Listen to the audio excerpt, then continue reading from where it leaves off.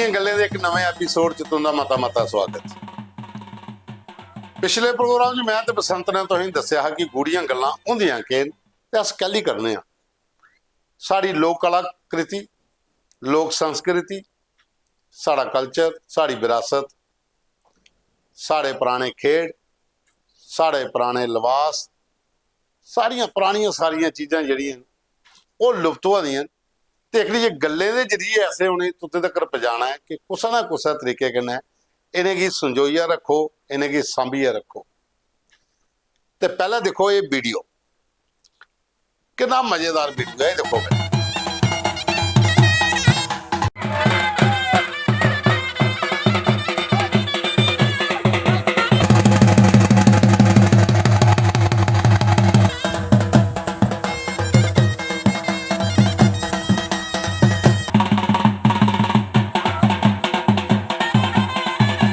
Video है लेतरी।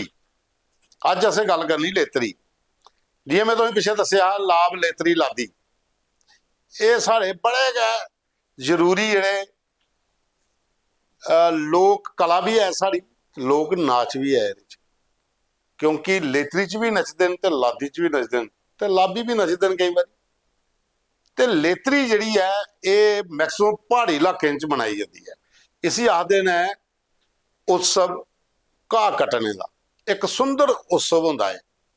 इसी अपनी मस्ती च मनाया जाता है और बड़े जोश के नाल मनाते हैं। पूरे पिंडा के लोग इकट्ठे होंदे न ते फिर लेतरी होंदी है, घाह वढ़दे न। जियां तुसें वीडियो देखा कन्नै कन्नै बीन बज्जा दी, कन्नै ढोल बज्जा दा ते नच्ची नच्ची पालां पाई पाइयै घाह वढ़ोंदा है। और ये पूरे दे पूरे जत्थे जिहड़े चलदे ना, कोई 100 150 बंदा इकट्ठा, ये पूरी दी पूरी लैन घाह वड्ढन जिसलै जंदी है तो जनानियां पिछे घर रोटी बना दी होंदियां। ये रजौरी, पुंछ, किश्तवाड़, भद्रवाह, डोडा, बसंतगढ़, बनी, बसोली, मछेड़ी, ये उपर वाला जिन्ना भी पहाड़ी इलाका साड़ा रियासी, इत्थे भी एक घाह दी जिसलै कटाई करदे ना, इसी एक फैसटीवल दे अगर पूरा मनांदे और नच्ची गाइए मनांदे और लोक गीत इहदे पर गाए जांदे न, गीतड़ू रखदे जांदे न। ਜਿਹੜੇ ਉੱਪਰ वाले लोग अपने अपने इलाके का ਜਿਹੜਾ लोक कला साड़ी गाने की ते नचने की वो ये होंदी है।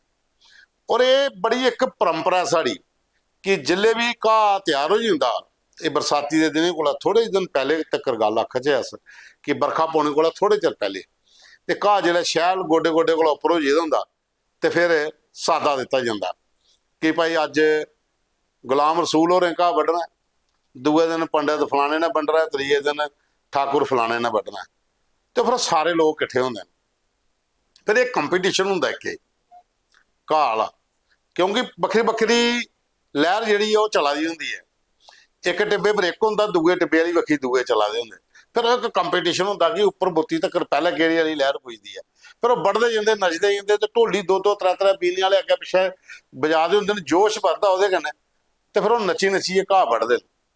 फिर उहदे बाद जिहड़ा घाह वढ़ हो जाता, जिहड़ा रुट्टी का टाइम आता तो फिर देसी घ्यो, गुड़ जां शक्कर ते चौल, ये मेन खाना होंदा।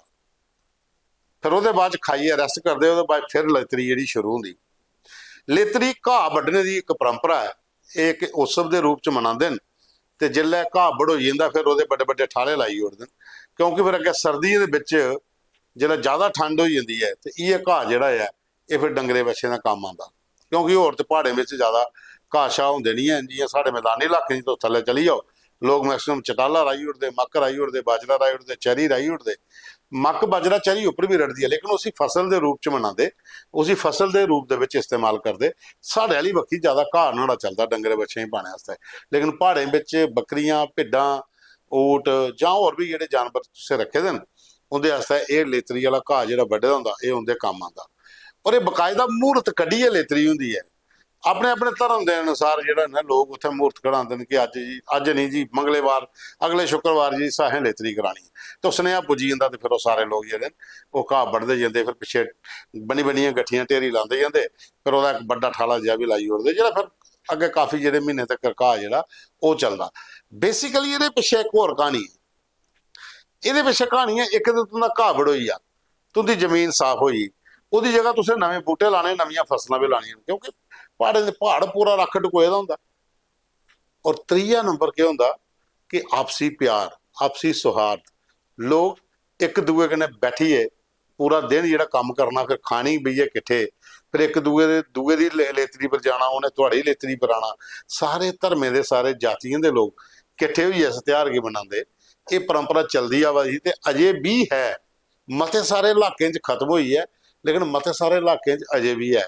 ते साढ़ा ये प्रोग्राम करने का मतलब ये हा कि ये जेह्ड़े साढ़ियां लोक कलन, लोक परंपरा, लोक रिवाज, साढ़ा जेह्ड़ा अपना विरसा है, ये सानू एक यूनाइट रखदा हा। साढ़े पर कोई भी बाहरी प्रभाव नहीं पाउंदा, कोई वंडने की कोशिश करदा ते खिंड नहीं पाउंदी। ये प्यार वधिया रहिंदा हा ग्राएं पिंडें विच। ताइयों भी कुसै दे घर फंक्शन ब्याह श्याह जुड़दा है ना, तो सारे किट्ठे होइए काम करते हैं।